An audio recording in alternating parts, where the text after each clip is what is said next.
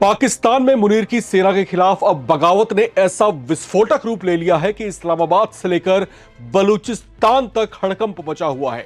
BLA ने सीधे पाकिस्तान की फौज को ललकारते हुए दावा किया है कि सिर्फ 8 दिन 22 हमले और 26 पाकिस्तानी सुरक्षा कर्मियों का सफाया। दावा है कि कहीं आईईडी से धमाका हुआ, कहीं सुरक्षा ठिकानों पर हमला हुआ, कहीं रेलवे ट्रैक को उड़ाने की कोशिश हुई और कई इलाकों में एक साथ कोऑर्डिनेटर्स ऑपरेशन चलाए गए। यानी बलूचिस्तान में बीएलए ने ऐसा मोर्चा खोलने का दावा किया है जिसे पाकिस्तान की सेना के लिए नजरअंदाज करना अब आसान नहीं होगा।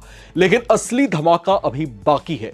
बीएलए ने साफ ऐलान किया है कि उसका लक्ष्य सिर्फ पाकिस्तानी सेना को पीछे धकेलना नहीं बल्कि आजाद बलूचिस्तान है।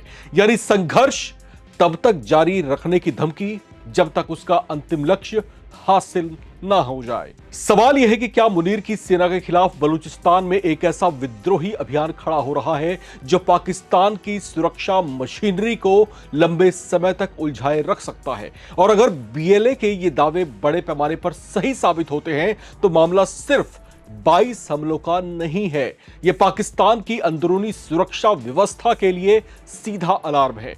नवभारत टाइम्स की इस खास रिपोर्ट में समझिए बीएलए के 8 दिन 22 हमलों और 26 मौतों के दावे के पीछे की पूरी कहानी क्या है, पाकिस्तान की सेना का जवाब क्या है और आखिर बलूचिस्तान में ऐसा क्या है कि यह आग लगातार भड़कती ही जा रही है। अब जरा बलूचिस्तान के नक्शे पर नजर डालिए। बीएलए का दावा है कि महज 8 दिनों में उसने 22 हमले किए और 26 पाकिस्तानी सैनिकों को मार गिराया। कलात और सुराब में आईईडी हमले, चगाई, खारान और पंजगुर में सुरक्षा ठिकानों को निशाना बनाने का दावा, जबकि नुश्की, तुर्बत और क्वेटा में भी कोऑर्डिनेटेड हमलों की जिम्मेदारी संगठन ने ली है। यानी दावा अगर सही साबित होता है तो यह एक इलाके की हिंसा नहीं, कई मोर्चों पर पाकिस्तान की सुरक्षा व्यवस्था को सीधी चुनौती देने की कोशिश है। हालांकि इन आंकड़ों की स्वतंत्र पुष्टि पाकिस्तान सरकार की ओर से नहीं की गई है, लेकिन असली खेल यहां से शुरू होता है। बीएलए का दावा है कि उसने सिर्फ सुरक्षा बलों को ही निशाना नहीं बनाया बल्कि चगाई में रेलवे ट्रैक को भी नुकसान पहुंचाया है और 9 व्यावसायिक वाहनों पर हमले भी किए हैं। यानी निशाना सिर्फ फौज नहीं है, बलूचिस्तान की आवाजाही और आर्थिक गतिविधियां भी उसके टारगेट्स पर हैं। सड़क, रेलवे और सुरक्षा प्रतिष्ठानों पर एक साथ दबाव बनाना पाकिस्तान के लिए इसलिए खतरनाक है क्योंकि इससे सरकार को सिर्फ चरमपंथ से नहीं पूरे इलाके की सामान्य व्यवस्था से ही एक तरीके से कहीं ना कहीं लड़ना पड़ रहा है। अब पाकिस्तान भी जवाब दे रहा है। 12 अगस्त के एक अलग ऑपरेशन में पाकिस्तानी अधिकारियों ने 10 चरमपंथियों को मारने का दावा किया, लेकिन बीएलए का दावा इससे बिल्कुल उलट है। एक तरफ संगठन पाकिस्तानी सुरक्षा कर्मियों के बड़े नुकसान की बात कर रहा है, दूसरी तरफ पाकिस्तान अपनी कार्रवाई में आतंकियों के सफाए का दावा कर रहा है।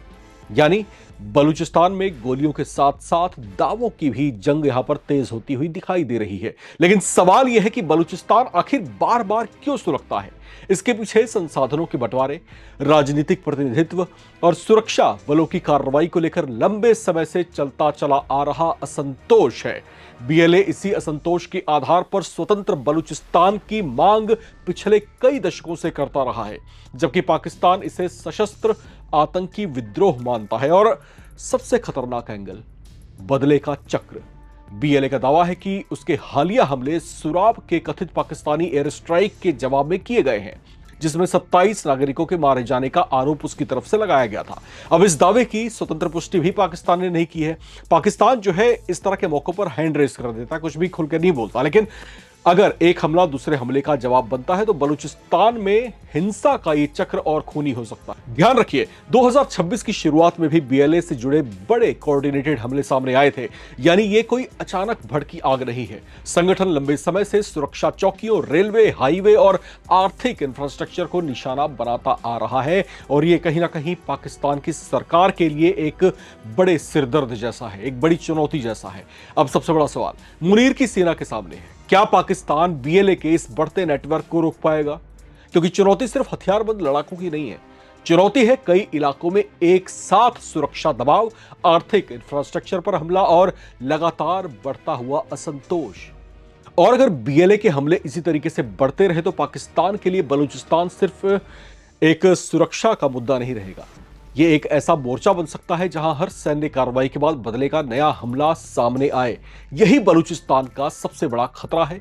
लड़ाई खत्म नहीं होती, बस अगला राउंड शुरू हो जाता है। यहां पर जो सांसत में जान फंसी है वो बलूचिस्तान के आम नागरिकों की है। बीएलए और पाकिस्तानी सेना के बीच में जो गतिरोध चल रहा है उसमें कहीं ना कहीं आम नागरिक बड़ी संख्या में प्रभावित हो रहे हैं।